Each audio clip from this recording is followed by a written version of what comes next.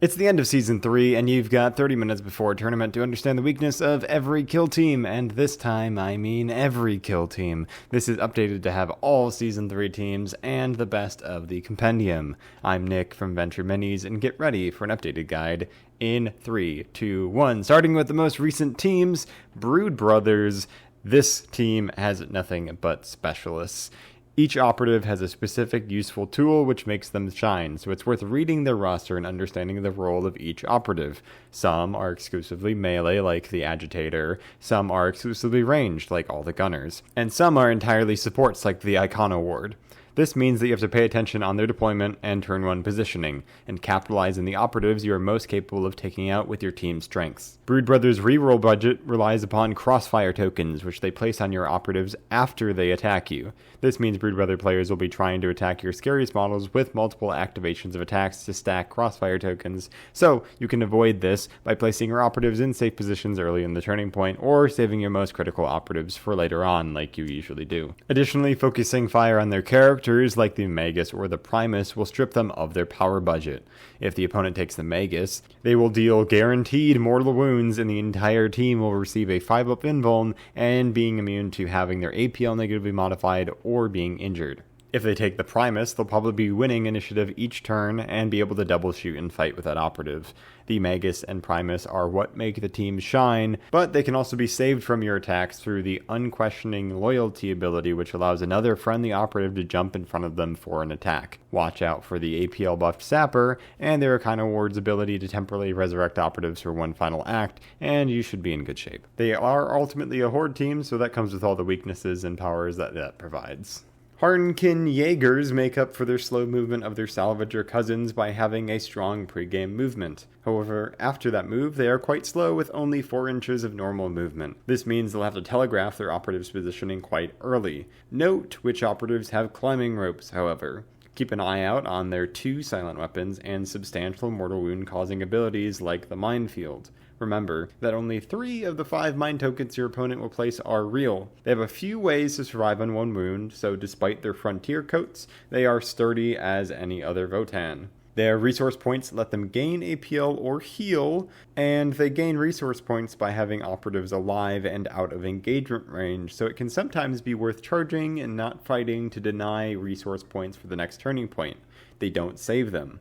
With 5 or less operatives alive and outside of engagement range, they'll just have 1 of those points to work with for the entire turning point. This leaves them only with about 20 APL naturally. This is great for you to be able to take advantage of on loot. Nemesis Claw are still just an elite team. The fact that they can skip activations and essentially have 8 or more activations is pretty good, but they can still only have 6 operatives. Moreover, their leader is the operative that lets them skip activations, so targeting their leader or forcing their leader to hide rather than, be useful really hurts Nemesis Claw players. Beware the pregame movement and turn 1 charge that it enables, and you should be able to delete them with AP2 and deal with them like any other elite team. Mandrakes can teleport into your backline. That's the whole shtick. However, if you have a few spare operatives that you like to hang out in the rear, like comms and snipers, you can prevent Mandrakes from appearing from thin air. But Mandrakes must be teleported to a point within shadow, quote-unquote, which means within 1 inch of heavy terrain or below a vantage point, and not within engagement range or line of sight of enemy operatives. This means that you can position to essentially deny that with that last thing about not being in line of sight. Note that they can't make shooting attacks until the next turning point if they teleport too. This means that if they teleport, they'll only have 1 AP left. Position your operatives to cover their teleportation points. This team relies on being able to use their teleport to take advantage, so denying it is critical. Note that despite not wielding guns, Mandrakes do have very scary shooting attacks across the board that rely on your APL characteristic, not your save.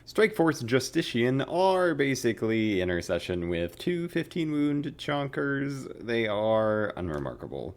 Their leader is amazing in melee, amazing in range, has 15 wounds, is a 4-up invuln, but everything else is just your bog standard elite team. Beware the smoke grenade, since the sniper can ignore obscuring, but really otherwise you should be just fine.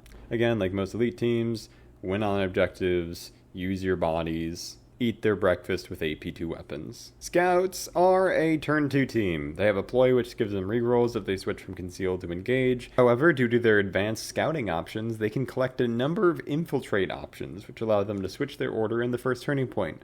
So they'll likely start on engage with a number of key operatives in order to threaten you, but they may actually activate them to switch them back to conceal to get ready for that big turn 2. Ultimately, all their operatives can have climbing ropes, so beware of those vantage points. Scouts are overall a pretty honest team with minimal tricks other than their pre-game scouting options that can give them things like mines or alarms that switch you from concealed to engage, but as long as you have good core fundamentals, you'll be alright. Blades of Khaine have no AP weapons. As one might say, LOL, very funny. I mean, this is unlike most teams. Blades of Khaine struggle hard into elite teams, especially ones that can match their melee. But if you're not an elite team, make sure to read up on their techniques, particularly the ones that they're bringing.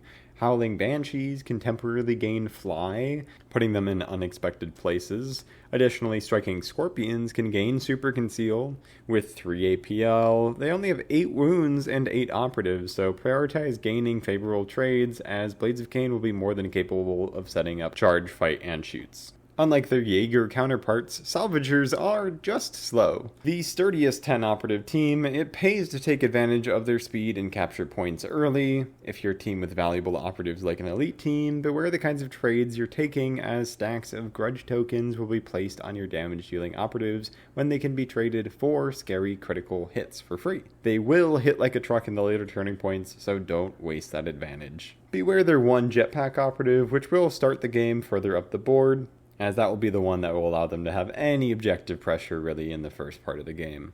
Chaos Cults flood the board with models that can turn into much scarier models once they do some damage. Using Torrent and Blast weapons will ruin their day.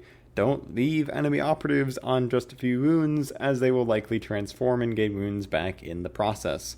Their only source of consistent range damage comes from their Psyker, so as long as you're out of their line of sight, your gunners will have free reign of the board. If you're a melee team, clean up their chaff before they gain enough strength to be able to compete with you, and if you're ranged, avoid getting double charged and use your most potent weapons on their few specialists like the Icon and Mind Witch. Inquisitorial Agents are able to turn off your ploys. Note that this refunds the CP if they say no, you can't cast that, so if you have a critical ploy that you want to get off, it can be worth mind gaming an Inquisition player by using a ploy that might seem scary but is not particularly relevant to your ultimate plan first in order to see if they will turn that off. Beware which target Inquisition uses Quarry on, as that will telegraph which operative they are planning to eliminate first each turning point. Quarry bounces, so as long as you prevent them from getting any value out of that, their reroll access is limited. They will be able to tailor their team to your roster, so beware the strengths of the Breachers, Arbites, Khazarkin, and Vetguard that they can take. They have lots of specialized tools, so keep an eye on where the melee and ranged specialists are positioned. They're all serving unique roles. While the Servitory is scary, it can only do 2 APL actions if it has a friend next to it, so you can consider dealing with the friend or keeping an eye on its slow movement. Fellgor Ravagers punishes indecisive play. Once Fellgor make it to the center of the board, it's pretty much over if they have enough operatives remaining. Because they don't have any full range shooting, get all your shooters on engage and go take the fight to them in the first turning point.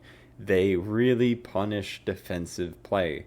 It's worth expending resources for the first turn 1 and turn 2 lead, especially on kills, as frenzying Fellgor before they can lock up your operatives means you'll be able to dispatch them more easily. Make sure to keep an eye on which operatives have war paint, as those will be the ones that are most unrestricted while frenzied. That's all of the most recent teams, so let's add in the best of the Compendium. Note, for all Compendium teams, they don't have faction tac ops. This means they'll be forced to take one mediocre tac op from the generic pool, rather than usually being able to take the one good faction tac op with their best 2 generics. With that said, Custodes can only take 4 3 APL double fight double shoot monsters.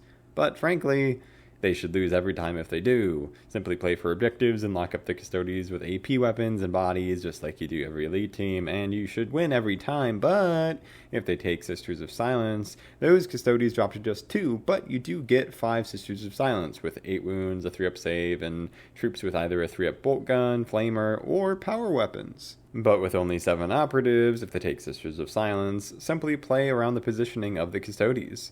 Note that they can group activate a Sister and a Custodies with a CP, but again, only 2 Custodies, otherwise it's just some generic troops. Play for objectives and everything will be fine. Imperial Guard Compendium strategy takes 2 fire teams, one with Imperial Guardsmen and one with Scions. This means they'll have 2 plasma guns and 2 meltas, in addition to their Sergeant's plasma pistol. On top of that, they can have the Scions full board comms that give out 2 APL, all for 12 operatives total. For a CP, Scions can also do a free mission action as well. This leads the team to do what Khazarkins do quite well, but rather than guaranteeing hits, they're swarming the board with 5 AP2 weapons. This is a skew strat that works well into elite teams, but this team falls apart when their leader dies. Almost all their strategic ploys are tied to their leader being alive, and that's the thing that's giving them rerolls on 1s. So, eliminating their leader will put you in a great position. Hive Fleet takes an all-Gene Stealer strategy, which is shown up over and over again due to its consisting of 10 9-wound melee monsters